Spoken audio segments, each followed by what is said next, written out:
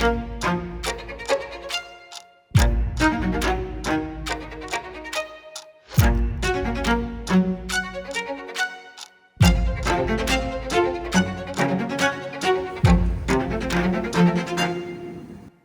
that all over the country at the same time, and Randy Oliver's up in there in the spot. You know, Randy told us the other day, I'm on the spot, we don't get sprayed, we don't have chemicals, we don't have a problem. And I saw the same kind of issues. I would be curious to, if they have a way to test for chemicals in the wax, what he finds in Randy's stuff. Yeah. And we probably need more of that throughout the country. Because there's things that are being put in our, something is being, my observation, something drastically changed in the last 18 to 24 months. That's what I've seen. I mean, drastically. We know something's changed. Yeah, there's no doubt about it. The question is, what is it, and are we going to find it? That is the question. $100 question. See, what a lot of people are forgetting is that there was a time 30, 40 years ago that beekeeping was, it was based on how hard you want to work. Yeah. So I was having a conversation with a gentleman. It kind of is now too, but at a different ratio. Well, you want to be successful, or you just want to get a government check? Yeah. We've, I would probably disagree with you on that statement, because we have, I know multiple guys that do everything that what's called right. Yeah. And they still go down. But what happened was, it used to be, like in Southern California, if you wanted to keep your bee, you'd keep locally, you'd make X amount of honey. The guys that wanted to do a little bit more, they'd migrate up to the Dakotas, back and forth. Mm. This guy, why am I forgetting his name right now? Older, he was 85 at the time when I was talking to him. He's in his 90s now. And he said, Larry, in 1972, I had 300 beehives. And over the winter, one beehive died. He said, I cried. Oh my goodness. That's a great loss. That was the reality of beekeeping then. Yeah. You didn't lose anything. And he said, I cried over that one beehive, but he thought, what did I do wrong to kill that beehive off? Mm-hmm. And I said, Bill Persadio is his name. And I said, Bill, right now, if I had one beehive die over the wintertime, I'd be having the biggest hoedown, showdown party Right. in the world. It's drastically changed over the years. Yeah. That's the challenge. I mean, my dad used to run 300 beehives in Santa Barbara and did it through the drought. There was no rain. Never fed honey, sugar to the bees, and he collected pollen every year. He made thousands of dollars off pollen. And the sad part to me is that that's going to affect every pollinator out there. And it's been such a gradual change over time that our kids aren't going to recognize it. You know, my kids go out and they see 2 monarchs and a few butterflies floating around the garden. They think that's their normal. I've seen a whole tree of monarchs. I used to catch them. Every mud Multiple puddle we days. used to have was full of what we call cabbage butterflies, yellow and blue Yep. and green. Yeah. And you don't see any of that anymore. That's correct. I mean, we've dealt with 40% losses for many years. Where do you think you're at this year? 65, 70%. Oh, How do you recover And from it's there's a couple strange events. In October, November, we took some doubles. We had 400 queens. We did 250 of them in Idaho and 150 here in Camarillo. That we split those hives up, evened out the honey, made them 2 full boxes of bees. Old queen here, put the new queen here. Those old queens, we had a fair amount of attrition, but the old queens are 3 times as strong as those new queens right now. And I can't figure it. I've never seen that one where, they're 2 and 3 framers. Yeah. And another friend of mine in Napomo, I was telling Emily this one earlier, he runs around 1,200 hives and has done that for many years. And he usually makes his splits in May and June. And over the years, his numbers have been consistently 50% of the old queens die off over winter, and about 20 to 25% of the new queens die off. This year, 75% of those new queens died off. but the old queens Old better? queens better. Interesting. That's why we're scratching our head. It's just there's something is odd. Well, there's definitely some odd things in this business. Yes. My question was something different with the drones, but I don't know what that could possibly be to cause that. Well, You're not alone. There's a whole lot of us going, what? Well, Yeah, like why? the biggest challenge we face as beekeepers with the regulatory side. Yeah. The regulatory side is guided by law and regulation. and it typically could come down to one, maybe two variables. Then what's the word in the court of law? That's hearsay. Everything here is hearsay. Yeah. Because the reality is there's so many variables. So the question comes up, you raise the queens. What was in the wax that they used in the cell? What was the weather like when those drones were out during their mating flights? Was something sprayed at that time? Yeah. Was buckeye in the hillsides? I don't Sure, know. sure. Was there something? I mean, that's happened in a few places in the country. So the number of variables and trying to get it down to one Yeah. is highly difficult. Definitely. And my concern as a problem solver is what's different from the year before when you made those queens. That's the bigger question Yeah. in my mind. Something changed in that 12-month period. You know, it's not to the Buckeyes point. Some years the Buckeyes are really strong and you might get a bad batch of queens. You've got them, I've got them, we all do that in the industry. But this is bigger than just a batch here, batch there type of issues. and What if feathers. it's not even the queens? It's the environment too. If the hive didn't have necessary resources to build up. Well, but it's what he just said. If you've got old queens and new queens, the resources available to those are the same. Oh, Yeah. you split them So evenly. here's an event I had happen. You may want to turn. Oh, yeah. You're gonna get this. Right? I'm good. So one of the events that I had happen about 7-8 years ago, earlier in my beekeeping career. Yeah. We were getting the bees ready for almonds, and there's a pallet of hives, 4 doubles, Camarillo, California. And I opened up the 4 lids. 2 of these hives were totally dead, and 2 of them were as live as can be, just busting the seams. And so I finally formulated, because we were trying to think our way through this, what did I do wrong or what happened? And all of a sudden I realized, okay, if I've done everything right, why are these 2 hives dead? And if I've done everything wrong, why are these 2 hives alive? And it kind of, it actually gave me a little bit of ease, because then I could just treat for do the processes without worrying about every single one. But it was a big eye opener for me, because we did everything the same. Why does one die and one doesn't? At that point, you knew it wasn't you. It wasn't me. Something else was going on. Something is going on outside of us. And it's a strange, I mean, it's still strange to this day, where even we've lost 68% of our bees. Hard to say, yeah. If you go up north here to where our bees are in the almond fields, you open up some of the hives, you think this nice bees are awesome. Some of mine looked pretty darn good yesterday. Some Some- of mine are right over there in that stack. Somewhere between 7 and 10% of the hives, no matter what, look good.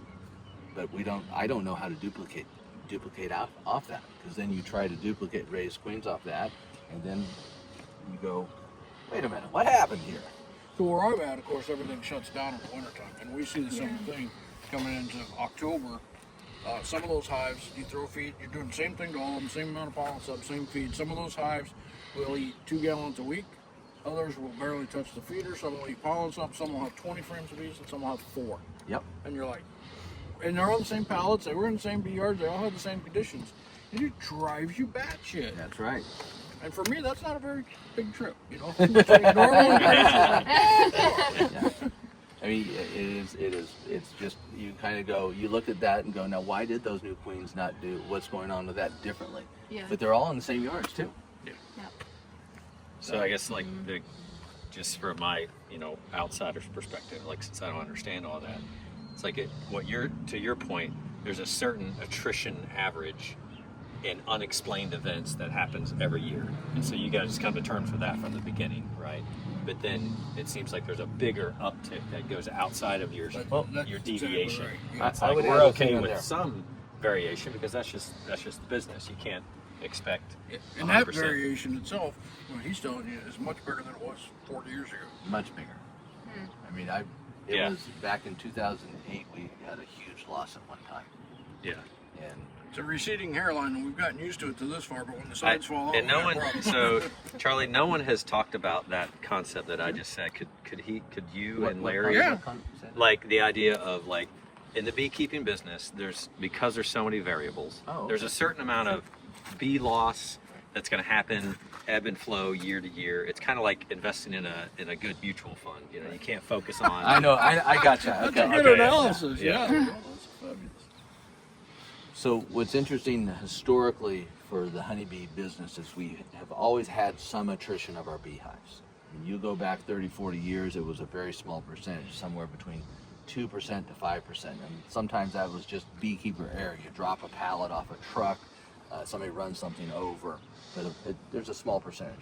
Over the last 20 years, it has been consistently somewhere between 25 to 50% for a lot of operations. And we've gotten used to how to manage that. These last couple of years, like this last year, is just an anomaly where all of a sudden it just spikes up in a 4-month period.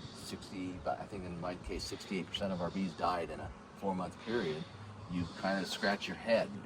It's just majorly different. In reality, we should go back to how it was 40 years ago with maybe 5% losses, but we've accepted 25, 30, 40%, which we can recover with. Now, as we get these high losses, the recovery rate is a lot more difficult. Yeah. Ask Charlie about that. So then, Charlie, give me just a couple sentences of, we don't have all the answers, but we need people, funding, and unity to find that. Absolutely no doubt about that. Before we get to that, we need, one of the things you have to understand is, like, I'm a pollinator, and I'm fairly new at this compared to Larry. I've only been serious about this for the last 10 or 15 years. So my attrition rate that I started with is 50%. And that's because of what I do. I'm getting sprayed at a huge level, and I've molded my business model to fit that, and I've accepted that. Last year when I get hit with 90%, that was like a one-time event. This year, now everybody else is getting hit with that. I look a little bit better, but we don't have the answers. We have a few ideas, we have some crazy ideas, we have some good ones, we have some clues, but what we need is more money, we need more research, and we need beekeepers to actually direct that research so that it's on target instead of some of this crazy stuff that's out there at the moment. Excellent. Well I said. can make the whole documentary on those two things right there. And Casey's got us going over Yeah. here too. I'm the ghost. You can't Yeah. see me. All right, now I'll love hit some. record and you do it again. I'm just Well, I told you we had that happen 3 weeks ago when we it did this happens. podcast. Yeah. My microphone, it checked out when we started, Oh, and then no. nothing got recorded on Yeah. it. So luckily, the sound guy could take the channel from the one channel. Yeah. It's a little tough to listen to, but it is there. Yeah, definitely. The other thing so in the flight path, so a local real estate agent down in our area named Paul Ward, he specializes in farm and ranches. Yeah. And so about every 3 weeks he does a live podcast with somebody in the farming industry. So he came down to our barn to film us for about 45 minutes. Yeah. Kept The day pausing with the flights. Well, the day he showed up was the day they were doing a transfer of jets. 17 of them came over in an hour. And I mean, literally, when they're over, they're 500 feet over our heads. So he'd ask me a question, and the recording guy would go, Yeah. What? We tried to do. But you hear, what's interesting is because the way, I guess, technology now, when you hear the podcast, Yeah. you never know a jet flew over. Yeah. Yeah. If you get the microphone close enough, you can get rid of all that. Yep. You know, especially on a podcast. And I'm guessing a certain frequency you can cut that one off entirely. Yeah. That's It's that's hard. crazy. Yeah, it really I depends. cut my It's- wife totally off. You know how that works in our ear. Well, what we've done, well, not for an entire interview, but if we have a segment and there's really background noise and we can't get rid of it, so we run the whole interview through an AI, and it learns the voice Oh, that's and smart. creates the transcript and then recreates that segment with that person's voice without the background noise. That's Pretty insane. impressive. And then Yeah. they said the words. We're not making them say something, but it recreates the voice because you can only do so much with background noise. Yeah. It's crazy. All right. Anything? What else do I need to capture? Any other I think we're in B-roll pretty good shape here? for what you got. Okay. Yeah. I don't. I did have something I wanted to just throw in there based off of what you had said about you lost 90% last year. Okay, if it was a virus though, then wouldn't your other bees get sick and you'd still see those losses this year? But what if it was a spray and because of the conditions of that year in particular, your bees were able to collect more of that spray at that time, but this year, say the farmer's spraying with it again, the conditions weren't right, but the bees didn't become as exposed. That's a great question. But in my case, I got bees, I got samples tested. Dave Wick's my friend, so I spent a lot of things out there, so I could actually see what happened. What was weird was we prepped them in the fall. We took our normal losses. We actually had what we thought looked like a lot of really nice bees. We sent them into storage. They sat there for 2 months, and my storage guy calls me up and says, "Hey, there's dead bees all over the floor, more than I think there should be." And of course, it's a week before we come out, so I'm a week up chewing my nails, going crazy. Yeah. So when we collected those samples, we sent it out, and lo and behold, the evidence was quite clear what was going on here. I had virus levels that were off the chart, and I had mite levels that were off the chart. Oh, okay. And I started asking myself, what happened? So I go back and look through my records. We had started our mite control program in July, Okay. and I had my numbers for early September. They looked great in early September. Like a fool, we never went back and rechecked them. Okay, so this is a self-inflicted wound. There's absolutely no doubt about it. Had the bees been healthier, had they got less sprays on the ag equipment and things like that, yeah, they might have, a few more might have made it through. But that was, for me, a very clear-cut case of, you screwed up, don't Yeah. do that again. Yeah. The downside is now I bring these sick bees back and I'm trying to get them healthy. And how do you do that? Well, that depends on what kind of season you had. We had another tough season, so most of the protein my bees got in the fall will come out of the box. And I'm not crazy about that, but Yeah. at least I knew enough to put it on. Yeah. And this year we had mites under control, and we checked all throughout the season. We had 4 or 5 bee yards that towards the very end of the season, the mites still started to skyrocket again. We started seeing numbers of 9 and 10 in a couple of yards. Those yards got sorted off, and I said, those bees are not going to storage. They're just not. They got a 10 in October. I don't know what happened to them. You know, we didn't get them right. We didn't catch them in time, but I assume that those bees are unacceptable. So what'd you do? Leave them outside? I left them outside, and we shipped them out the last week because they took 4 and 5 framers. So all of those didn't get used in the end. Yeah. Yeah, if you look at the Bee Informed Partnership numbers, according to them, those were acceptable. Because one of the problems we have within the industry is we talk about mites, but we don't really talk about them properly. So most of us use the Randy Oliver principle when we're testing 300 bees, a half a cup. Yeah. When we talk about 10. When you talk about BIP, they want to talk about, or I'm sorry, pollinator, the Honeybee Health Coalition. They're talking about how many bees per 100, percentage. So they'll say 2 or 3 out of 100. Well, that's 9 or 10 out of 3. You know, so you got to understand which measurement system you're using, Fahrenheit or Celsius, Yeah. and work accordingly. Yeah.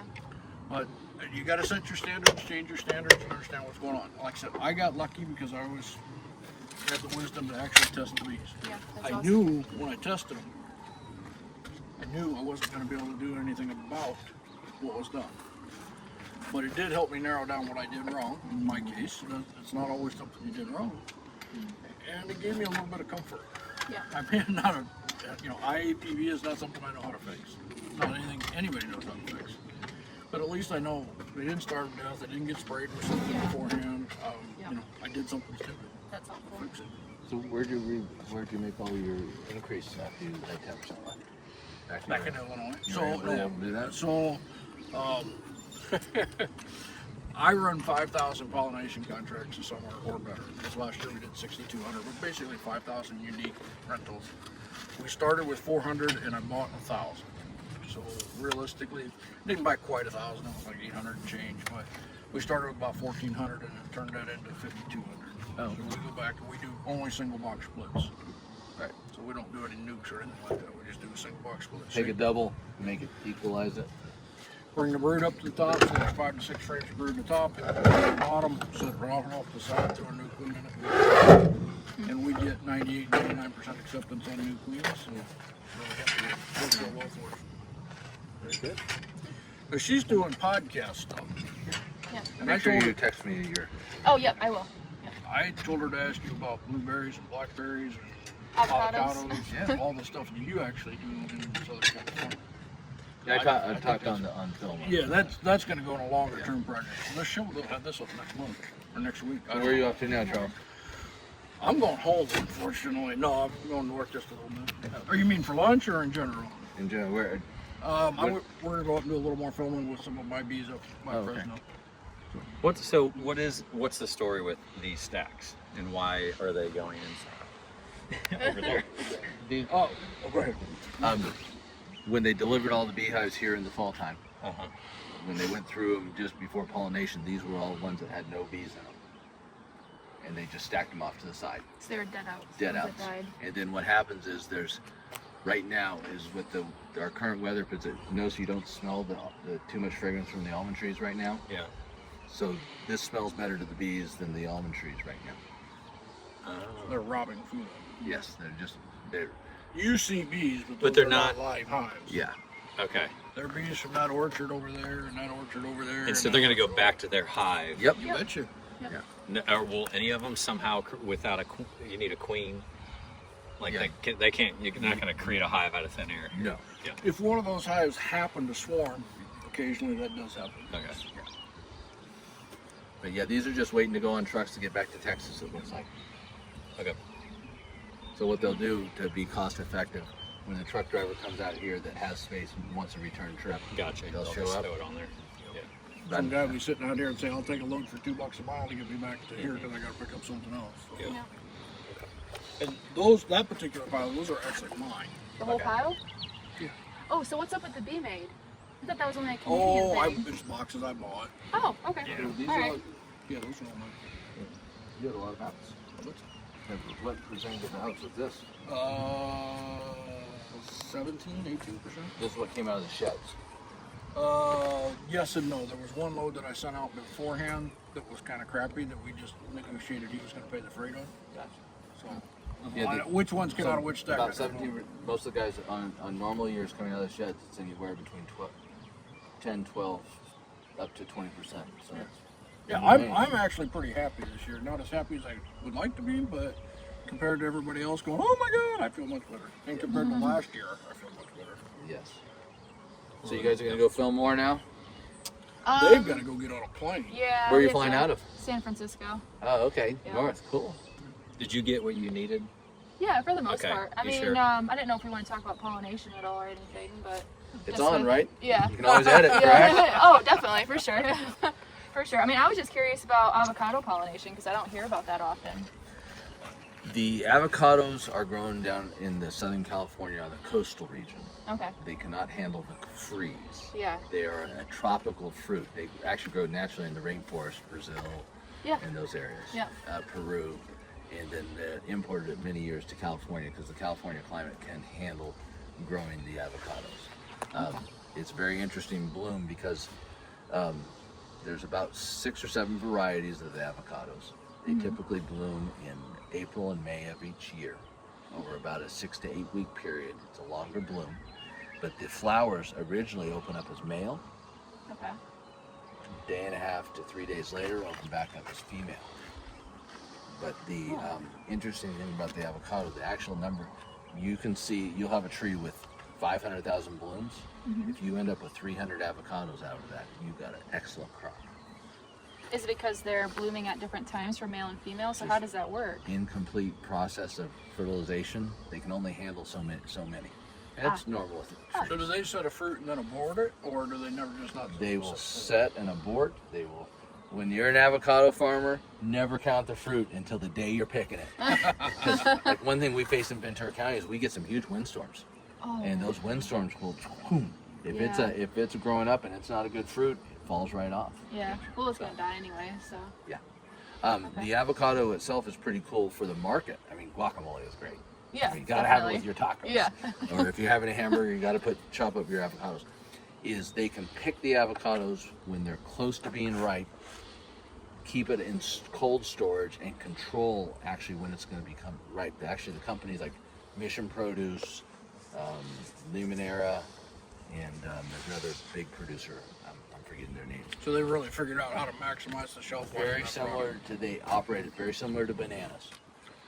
They've increased their market over the U.S.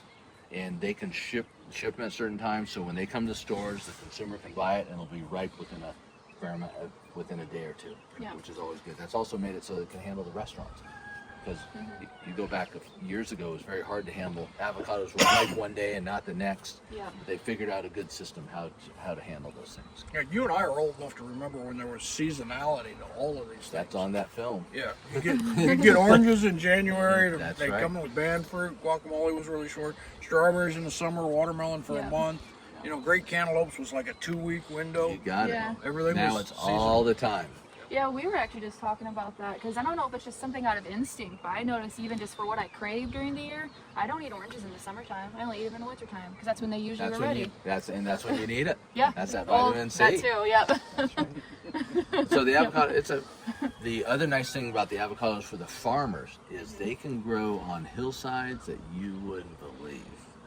You go down to San Diego County. In fact, there's a beekeeping operation, Chaparral Honey, Yeah. that their trucks are all 22-foot beds, and they have a boom on them because the thin road, they specialize in that. They make their honey in those steep hillsides in the avocado pollination. No room for a forklift. There's no room for a trailer or forklift, so everything is boom trucks. Oh boy. They run 12,000 hives. That makes it very niche. And how are those picked up? Is that All by hand. All by hand. All by Do hand. they roll them down the hill or? Oh no. See, that's okay. Now you're going into food safety.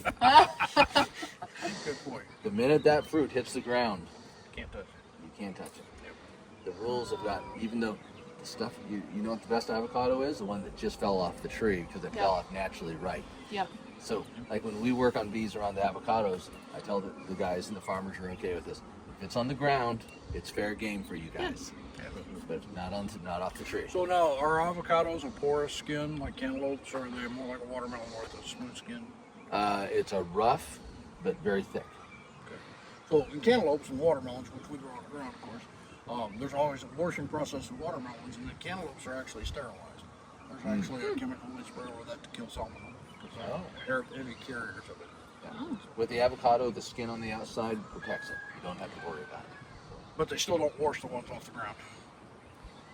You don't have to, because all you do is slice it in half and eat out the inside. Well, yeah, for your guys, but for the industry is what I meant. Even Yeah, for what's the interesting industry, is because it's not porous. It's like if it fell on the ground, then so what? Then you know. Yeah. Welcome to food You safety. think- Yeah. Really? What does the honey taste like from it? It is it's a darkish red color that almost tastes like molasses. Interesting. And Okay. it's a very niche market. One of my aunts absolutely loves it. So we get about 2 pounds of it for her every year. Yeah. And I need a jar of that for my collection. Say yes. send me a note. On camera. Come on. I need it. We'll try. It doesn't make honey every year. Yeah. It's a very finicky honey maker. Is that because of the time period the bees are working so long they consume most of it, or does it only just produce honey in a real short window? It's the short window. When it produces, I remember one year, 2009, we made a whole bunch of drums of avocado honey, and it was all made in 2 days.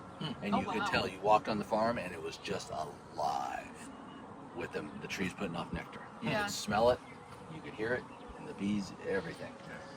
But it takes, with all the plants, any one that's making honey, it's not just the amount of rain that comes down. Yep. It's the ground temperature, it's the sun, there's all kinds of factors in those. See, the avocado tree is normally in the jungle and blooming year round. Oh, interesting. So Okay. here, it has a window that it becomes very So do effective. you get a fairly even fruit set? Is that what you're shooting for, or is it go through and come back and pick again Every another other week? year. I mean, how often Oh, do they pick and harvest? they'll harvest them once or twice a year. Okay. It depends on size. Gotcha. They'll go through and harvest just certain ones. So now you're doing also blackberries on top of that. Blueberries, raspberries, blackberries. So talk about that in Southern California a little bit, because that's completely different than Michigan blackberries, and we don't even bother with How's this? pollinators on it. You'll probably find on YouTube a few videos of growing berries in Southern California, and what they do is they use what we call hoop houses. They're 3 rows wide, plastic, which create a greenhouse effect. Yeah. And so it can be approximately about anywhere from 15 to 20 degrees warmer inside that hoop house. And so in January, the berries they almost year round you can produce blackberries and raspberries. Now what they found in our area, the varieties that work best for the blackberries go from July through November, December. That's the best time frame that they come out. The other times of the year, there's other markets that handle it. And they're growing them in hoop houses, so you're opening into the hoop house for pollination? I was just Yeah, asking because I know bees will. I'm sorry, this is your interview. No, you're okay. Go right ahead. Interesting question. On the hoop houses, the ends are open, and the bees fly in and out. But one of the things we learned this many years ago. So I went to one of the hoop houses, and it was like December, and they had the ends all closed down to the ground. Yeah. But I could see my bees flying into the hive. We had a group of hives that was getting smaller, just slowly dwindling down. And you could see they would fly in, and then I opened up inside, and there's this big pile of bees that were still alive and dying inside. And then you see something and then you start thinking, oh, that's how bees work. Bees naturally, when they leave their hive, they fly at low altitude out to where they're going. When they're done, they go to about 18 feet, 20 feet off the ground, and they come back. They don't fly in each other's path. They fly out low and they come back high, and then they dive bomb into the hive. Yeah. So what's happening in hoop houses, especially when they their first trip in, they fly in low, they visit the flowers, and then they go to altitude, and they bounce out along the plastic. Plastic's typically between 5 and 6 millimeters thick. And what's interesting is near the ends, when they leave the extra fold that they close at times, is folded up on top. Say it's folded back about 6 feet. You'll see the bees flying down, and then as soon as they hit that double thickness of plastic, they start doing circles. Because they can't see this. They operate by their sun, the radiant sun, and they can't see it the same through the two layers of plastic. Until they learn, after their first trip, they learn about it, then they finally figure their way out. That's fascinating. But it's fascinating to just watch, and you look and now why is he doing circles there? And then you realize, oh, okay. And then the other thing that happens when they make those hoop houses, sometimes at the end they'll go down about this far, and the bees actually get stuck, even in that foot. Yeah. So we've worked with the growers to put the thing up. Yeah. So it's very interesting how they're able to grow it. Like where I go up into Idaho, they grow raspberries there in the summertime, and they're just a little bush, Yeah. little fruit. Yeah. Yeah. These things put off raspberries that are massive. Yeah. Wow. But We now, had them on our chocolate cake the other night at the restaurant. Oh, now yeah. here, what's happened with those crops here in my market is that the raspberries are now mostly being grown down in Mexico, San Quintin area, because they can grow them for about 25% of the cost it is in California. Labor. Labor is the biggest one. But the raspberries can handle that extra 4 to 6 hours of driving. You can't drive a blackberry that far to market. It's so much softer that it doesn't have enough shelf life. You lose the shelf life. So the blackberries need to be closer to market. So there's a business idea there. How to cushion blackberries to be coming from Mexico. Yeah, there's figuring out it's the same thing like the Haas avocado is what's become the industry basically the industry standard. Yeah. It's not necessarily the best flavored avocado. Those are the little ones, right? They're good size, The bigger ones. but there's some specialty avocados that there's some great flavors, but they just can't deliver them to market. They can't handle. There's actually like we grow a lot of strawberries in California, and the single best strawberry to eat is called a gaviota. But you will not see it anywhere except for a couple farmers markets, because one guy grows it in Ventura County, because you pick it that day, and if it's not used by the next day, it's Oh, gone. my. Wow. But when you pick them and eat them that same day, they are the best strawberry ever. When you understand the strawberry market is actually dominated by one company, and they have figured out the genetics that last the longest on the shelf, and it's the best flavored, and they charge accordingly for the plants. Yeah. Right. So it's almost a monopoly on that particular type of plant. You can plant something else, but if you're a grower trying to get that to market, then life gets a little bit harder. Yeah. Right? You got to do business with that company. And the worst part is it's not the best flavored, like Larry said. One of the companies that we supply beehives is actually Driscoll's. Their crop development in Oxnard, Oh, cool. and so they're working on blueberries, Are you allowed strawberries. to talk about this? Yeah, they have a place in every grower has a nursery where they grow their specialty stuff. They're one of our customers. Yep. So they need the beehives to be around there. But I don't know the varieties right now. Oh, all right. No trade But secrets. I'll tell you a funny story about that. I mean, this is the reality of farming is everyone thinks that you just throw a plant in the ground and all this stuff takes care of itself. So let's see, it is 2024, so 2025. 2025. See? Oh my goodness. I don't write checks anymore. It's all automated. So right around 2007, I think it was, is one of the local farming companies in Camarillo started planting blackberries. And so they had it, what they do when you, in test plots, and this is across the country, they'll grow 4 to 6 or a small area of each variety They'll run their tests and find their best producer out of that. Then they'll take the next thing is they'll grow it in a group of 20 to 40 of them to see if it works. Yeah. And then before you go to market, then you put it out in a test plot. This test plot had 12 acres of these blackberries. And the guy had me I put 24 beehives on there to pollinate these blackberries. And I was very interested in this new crop. Put the beehives out there, and then they did their things, and these blackberries grew up, and I came out and was in the area, and massive blackberries. Ooh. Huge, beautiful. So I stopped in, I said, price of pollination, I'm gonna test one. Took a bite of that, called the farm manager, Darren. I said, I think you have a problem. It tastes just like the fertilizer that you put on the ground. So they actually ended up mowing this variety down. It looked beautiful. In all the test plots, it tasted good, but when they put it actually out in the field, it absorbed the fertilizer flavor. I mean, I took a bite. Charlie, it was the most beautiful blackberry I've ever seen. And as you take a bite and you go, bleh. And so, It's like a pretty girl. If they're real pretty, they're crazy as well. but I mean, that's the reality of farming, is to get most consumers in 2025. We're in 2025, people. The majority of consumers these days don't work on farms. Yes. So, like, you go to the kids at elementary school, you ask them where milk comes from. The store. To them.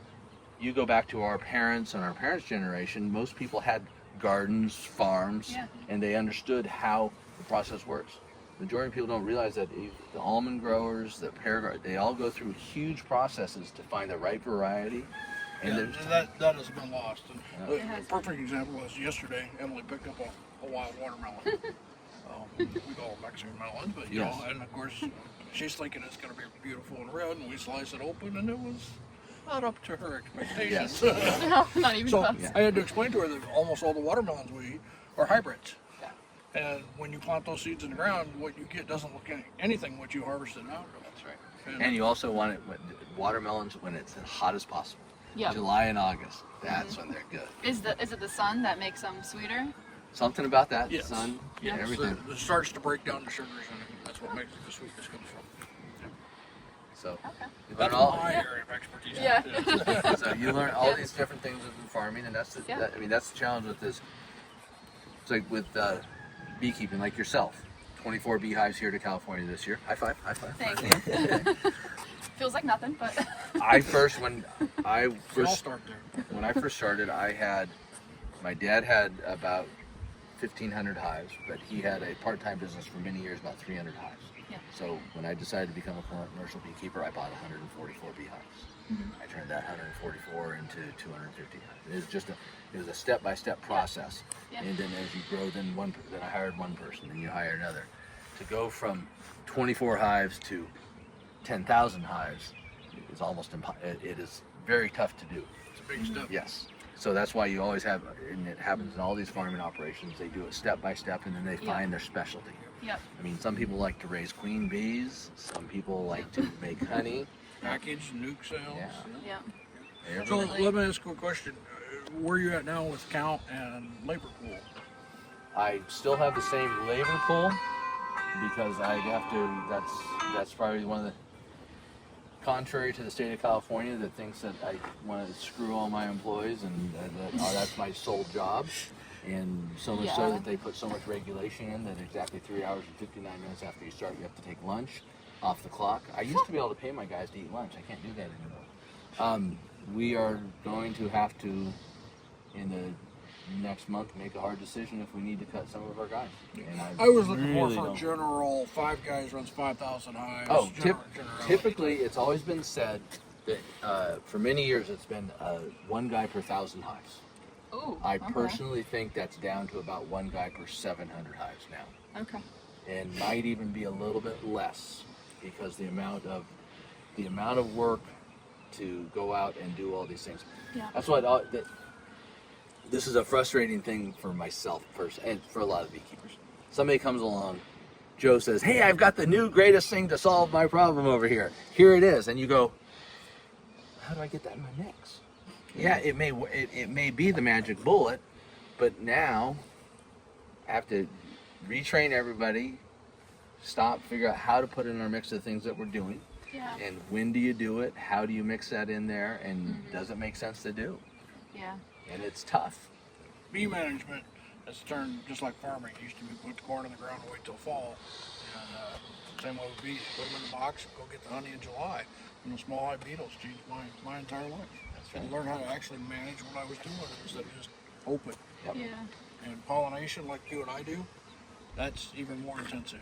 We're planning now for what we're going to be doing this summer. And this summer, we've stopped worrying about that. We've got the bees or we don't. And we start working for Going to the next thing. How are we going to get them healthy for fall? How are we going to get them through winter? So, Emily, what I really encourage a lot of your viewers to do is start with the hobby of beekeeping. Yes. If you want to have a good I agree. experience, Yeah. get a beehive, get a friend that has a beehive, or something where you can actually see how something works. Get an ant farm if you don't want the beehive. But something to see how our nature actually works around. God put this big, beautiful ball of mud around, and we've tried to focus because of our limited thinking, well, we need to do this one thing. Yeah. But he put insects in the environment. He put birds in the environment. He put cattle in the environment. All the different things, and it's a whole big system. And we're trying to manipulate it. And sometimes we need to see as individuals where actually does that honey come from. Oh, I put this beehive here, and some flowers bloom in my neighborhood, and I make some honey. Yeah. Different things like that. and see, I take that one step further. You get that beehive, and yeah, you make a little honey. I don't care two wits about that honey. It was nice, it was sweet. You pollinated all the plants in your neighborhood. That's Yeah. correct. That is the important part to me. That's what made your yard look nice when I drove by. That's right. That's the key. So don't be cutting those dandelions because Yeah, that exactly. feeds everybody. All right. Yep. All right. Thank Okay. you. Cool. Thanks Thank for you. chatting with Send me me. your information. Yep, I will.